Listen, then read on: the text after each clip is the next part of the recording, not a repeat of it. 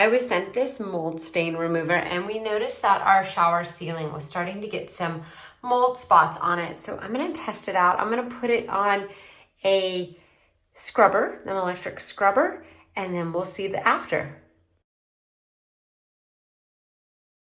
I didn't feel like the scrub brush was doing enough, so I'm gonna put it on a microfiber towel and see if that works a little bit better. Let me get it to kind of soak in here. I should be wearing gloves. It says that. I know that. I'm gonna try not to get it on my hands.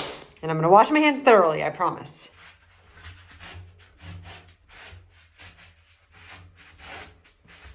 Here is the after. So it's not perfect. There's still some spots in there where you can see the discoloration, but I feel like it did a pretty good go for the first attempt at doing the ceiling. So if you're looking for something to help remove mold, this one is pretty effective.